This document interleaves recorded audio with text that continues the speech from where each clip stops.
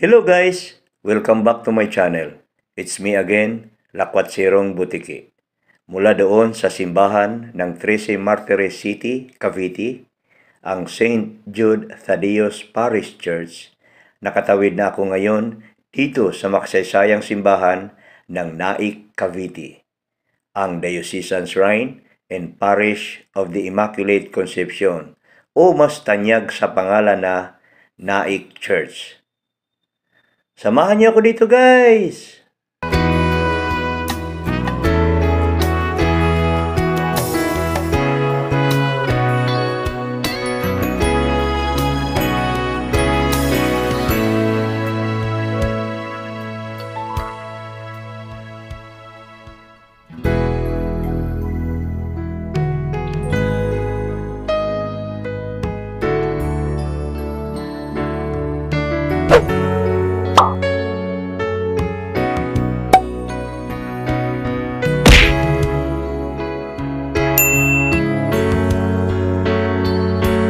The municipality of Naic is a first-class municipality in the province of Cavite. According to the 2020 census, it has a population of 160,987 people. Naic, Cavite is one of the former barrios of Maragondon, along with number 1, Magallanes, named after the Portuguese explorer Ferdinand Magellan. Number 2, Bailin, named after a town in Spain where from the friar Baltasar Narvaez came, but renamed and now General Emilio Aguinaldo after the first president of the First Philippine Republic. Number 3, Tagaytay City, a former part of Alfonso. Number 4, Alfonso, named after the King Alfonso who ascended the throne as a youngster after his mother, a child queen, abdicated after being enthroned by a general later Count Narvaez. Ternate was the name of the home in Moluccas of the settlers who were sent by the Dutch and Portuguese to the Philippines to fight the Chinese pirates. Wawa was the name for this shore-rich little site. Bara was the name given for this docking place or site of Maragondon. Better spelled Naic as an acronym for Nuestra Adorada Immaculada Concepcion, Spanish for our adorable or amiable or loving Immaculate Concepcion, referring to the patroness of the then barrio, Our Lady of the Immaculate Concepcion, whose feast the barrio celebrated and the town continues to celebrate on December 8. Naic has several histories when it comes to the origin of its name. One theory suggests that it originated when a Spaniard asked a native about what the pig is doing, and he said, "Naigik," crying sound of pigs. Those later on developed as Naic. Another one suggests that it came from a Spanish word, Canaik, meaning neighboring place, by which its mother town was the present Maragondon. Another theory put forward is that Naic is an acronym for Nuestra Adorada Immaculada Concepcion. The town's name is the Spanish translation of the town's patron saint, Our Lady of Immaculate Concepcion. As an honor and reverence to Our Lady of Immaculate Concepcion, the town folks celebrate annually their town fiesta on every 8th day of December. Thousands of years ago, Naic was a part of the towering Taal volcano. Naic was the western slope of the volcano until its internal eruption, which led to the sinking of its apex in its present condition. When the Jesuits discovered Maragondon in 1627, its total land area covers the whole of Naic, Ternate, and Magallanes, Vance Saulo and de Ocampo, 1990, Medina, 1992. In 1758, the Jesuits founded a community in the western bank of the river, present Barangay Muzon, and made it into a sitio with a visita still under Maragondon. In 1791, the community was finally made into a town with its population still in the western bank. The town was named Naic after the old archaic word Naic, meaning town near one another or the other side.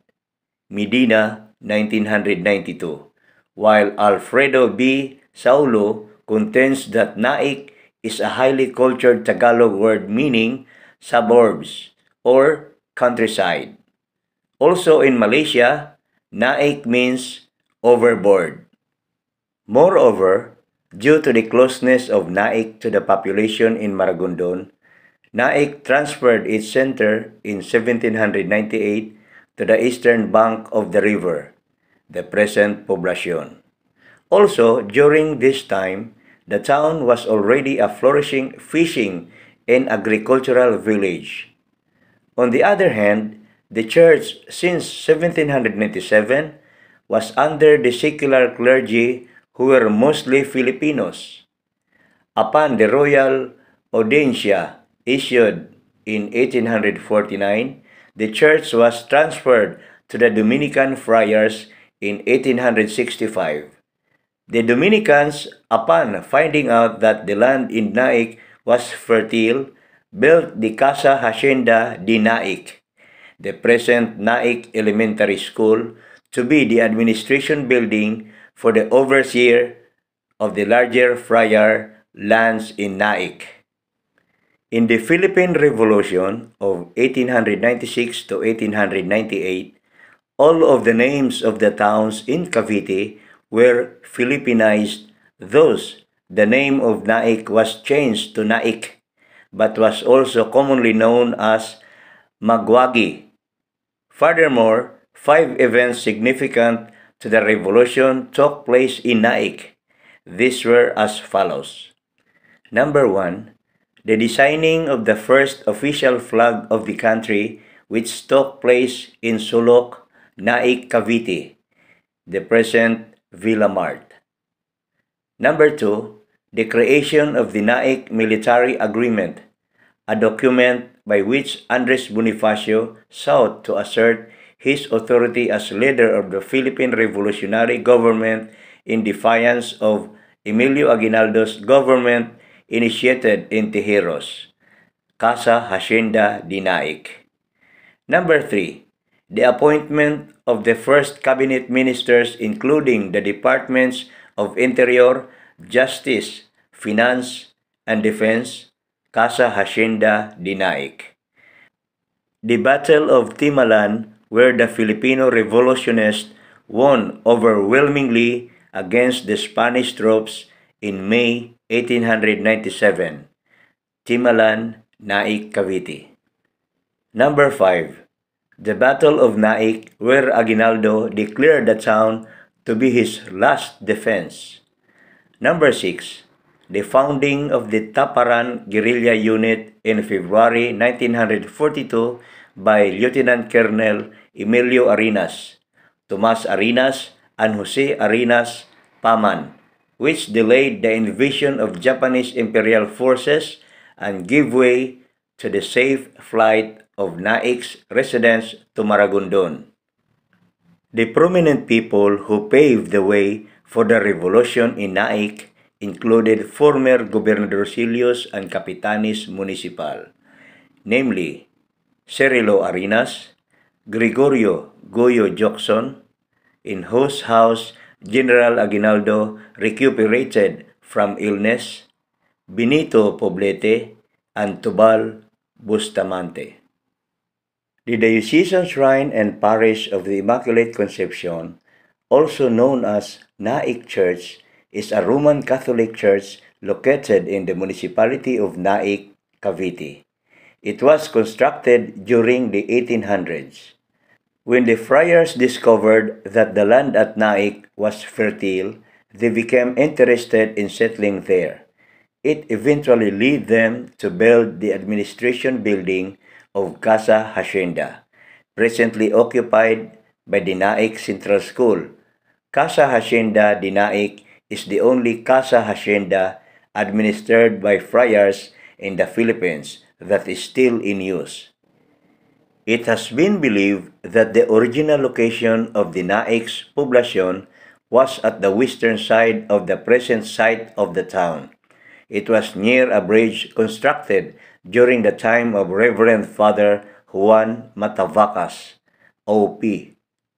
The change of location of the poblacion happened on 1798 during the administration of Don Miguel de la Cruz, the first acting Monsignor of the town.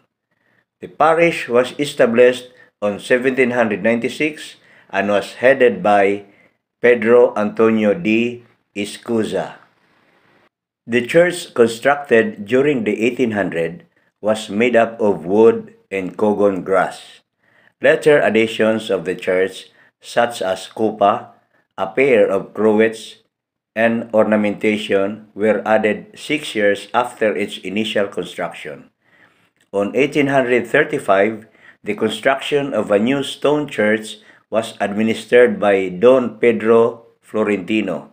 Its construction resulted to influx of people from 18 barrios or neighborhood in 1845 to 26 barrios in 1867.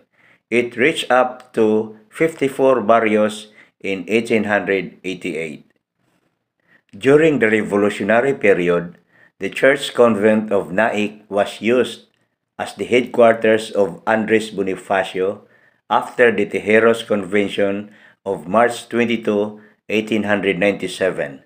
The Naic Conference was held at the church convent.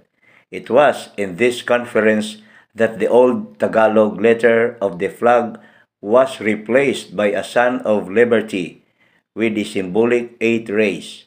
The sun was shown with two eyes, a nose, and a mouth. The present church was built in the 17th century. Before the World War II, the Naic Church was built along the semi-Gothic architecture. It was one of the tallest, about 5 stories high, and the longest, almost 10 blocks long, in the province of Cavite. It was second to the Imus Cathedral in width. 3 major altars and 2 minor altars were founded in its interior.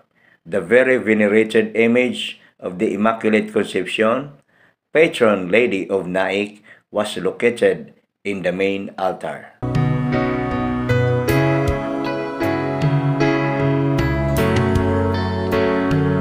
Mula naman dito sa Diocesan Shrine and Parish of the Immaculate Conception dito sa Naic, Cavite, tutungo pa ako ngayon papuntang Tanza, Cavite. Isang makasaysayang simbahan rin ang pupuntahan ko doon, ang Diocesan Shrine of St. Augustine o mas kilala rin sa pangalan na Parish of Santa Cruz. Abangan niyo ako doon, guys! Bye-bye!